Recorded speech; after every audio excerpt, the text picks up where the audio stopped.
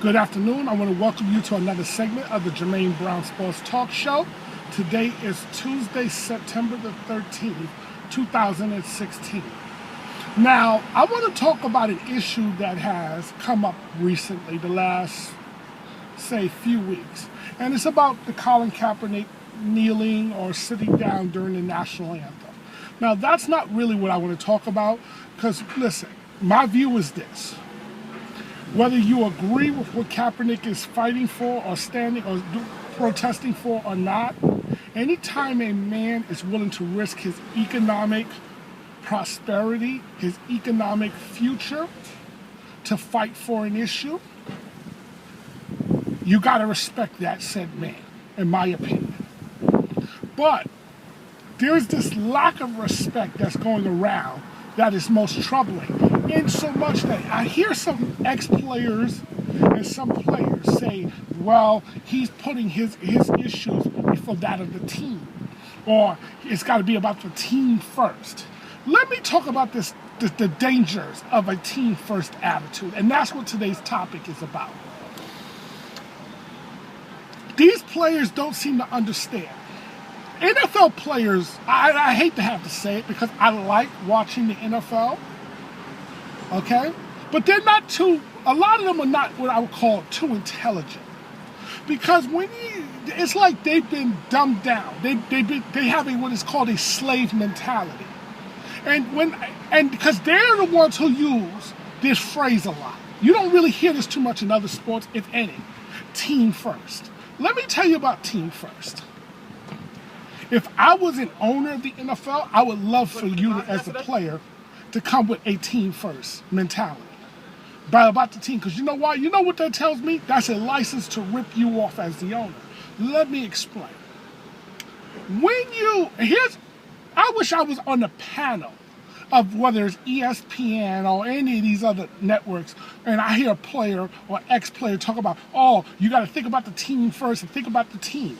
The one thing I would like to ask them two questions. Question number one, when you go in to negotiate your contract, when your contract is up, when you go in to negotiate your contract, do you bring the team with you? The obvious answer is no. So that means you're not bringing the team with you into the negotiating room. So what happened to team first? Here's the second question that I have for these people, the people who say these such nonsensical things as team first. When you're in there negotiating your contract, does the owner of the team take into account the success of the team? In other words, let's say you win the Super Bowl. Perfect example, Denver just won the Super Bowl, right? This past season. Peyton Manning walks, but now it's time for Brock Osweiler's negotiation. Denver did not feel the need to pay Brock Osweiler the $16 million, or they didn't want to pay it, or however it turned out. But Houston was willing to pay it. But wait a minute, Brock Osweiler played as much of a role of them winning the Super Bowl as Peyton Manning did. Because remember, Peyton Manning missed 4 games last season. Brock Osweiler, if he doesn't do what he did in those games, they're not in the Super Bowl. They're not in that position to win. So the owner isn't looking at the team when he's negotiating your contract or when you're in negotiations with him. He's looking at your individual stats, your individual performance.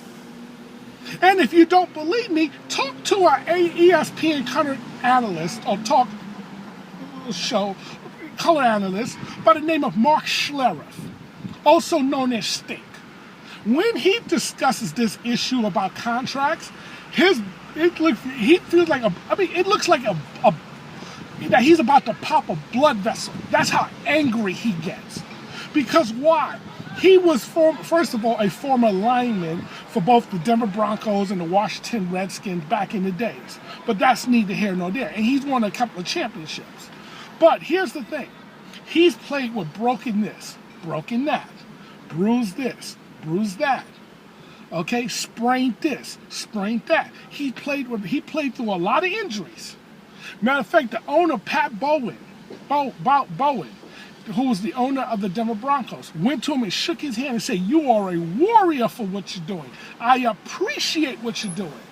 And don't listen to me. Go listen to Mark Schlereth, because he's the one who tells the story. But yet, at the end of the season, when it comes time for contract negotiation, Pat Bowen is talking about taking back some money. Why? Because your individual stats are down. But sir, I was hurt. Yes, but your individual stats are down. Yes, but sir, we just came off winning a Super Bowl. Yes, but your individual stats were down. But sir, you called me a warrior. You just said that you appreciate what I did. Yes, and I do appreciate the sacrifices you made. But again, your individual stats are down. So what that tells me is that the owners of these teams is not looking at team first. When they're deciding whether to pay you, they're looking at your individual stats, what you do for the team. And if your stats doesn't merit what they feel you should get paid, you will not get paid.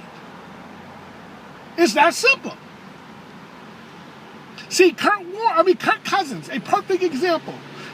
After the season he had last season, where they ended up 9-7, they made the postseason. They lost in the first round against the Green Bay Packers, but that's neither here nor there. When everybody predicted they would have a bad season. So anyway, his contract was up, and he's looking for over $20 million a year. Now, he statistically played well last year, except there was only one little problem. You can count on one hand. Matter of fact, half of a hand, as a matter of fact, more than half of a hand, how many teams above 500 he beat. Now, all the teams he beat last year was below 500. Go look it up. So anyway, when he's in the negotiating room there with Scott McCullough, the GM there for the 49ers, and he's there with the owner, he's looking for a new contract in the neighborhood of upwards to $20 million a year per season. What did they say? Yeah, the team had success. Yes, they did. Yes, your stats look good. But against the better teams, here's how you looked. So we can't justify paying you the $20 million per season you're looking for. This is why Kirk Cousins never got a contract. I'll give you another example. Ryan Fitzpatrick, the Jets quarterback. Okay? He sat out all the preseason, pretty much. All the off-season. He sat out. Because why? He felt like he should get paid upwards to $15 to $20 million. 15 to 20, in that range. And the Jets basically laughed in his face. Because why? He had a career year last year. But again, his stats was down when it mattered most. His play did not merit that kind of money. So despite team success, the owner looks at you on an individual basis. So my question would be to these players, why do you talk about team first when the owners of these teams don't even look at team first when they're negotiating your salary? This is why I say you have what is called a slave mentality that you need to get out of. And I'm going to use another example. And see, this only happens in football, and I hate this. Football is the only sport where they eat their own. All the other sports, the players band together, and this is why they get what they get. Okay, they get the guaranteed contracts, they get the big money, they get this, they get that. Yet the NFL is supposed to be the number one sport in this country, yet these players get little. Why? Because they eat their own. Perfect example. Some years back, a guy by the name of Javon Walker. Now look it up. He's a wide receiver for the Green Bay Packers. This was back during when Brett Favre was still playing for the Packers. Now, Javon Walker had a terrific season. Numerically, number-wise, everything. His numbers were, he was one of the top receivers in the league. The problem was he was getting paid like one of the bottom receivers in the league. So what he did was he held out to get more money. Do you think he would have gotten support from his own teammate, Brett Favre? Brett Favre, who was the big man in Green Bay at that time, the head honcho, basically, guy can do no wrong in Green Bay. Brett Favre said during training camp he needs to put his contract to the side and get his butt into camp. Now, Javon Walker, when he heard that, because Green Bay didn't want to pay him the money. When Javon Walker heard that, he felt defeated because why? The star of the team is basically saying, get your butt into camp. So Javon Walker put aside his contract differences with the Green Bay Packers and came into camp. He subsequently, that was either later on in that preseason or sometime early season, he tore up his knee, missing the rest of the season. He was never the same again, and guess what? He never got that contract that he was seeking. Now, do you think Brett Favre said, you know what? I apologize. I was wrong for stepping in on your contract situation? Do you think Brett Favre said, here's a few dollars to take care of you and your family? Here's the money, the difference that you missed because I went and opened my big mouth? Do you think Brett Favre said anything? No. But I bet you when Brett Favre was in there negotiating his own contract, he went in there to get every dime he could get. And then football players wonder why basketball players and everybody else make more money than them. Because, see, unlike these others, they don't have the same slave mentality that football players have. Because football players is all about the team. Well, guess what? It's all about the team until you get in there that room and then you get what's called the harsh reality. That's why I said to a friend of mine, I love Darrelle Revis. Darrelle Revis is my guy. Because you want to know why? Darrelle Revis understood from day one, this is a business. That's why he would milk the Jets for every dime he could get. And even though they talk bad about him, the media talk bad about him, Darrelle Revis is considered one of the richest players in the sport. Matter of fact, he is considered, they're saying that he is the highest paid non-quarterback in the history of the sport.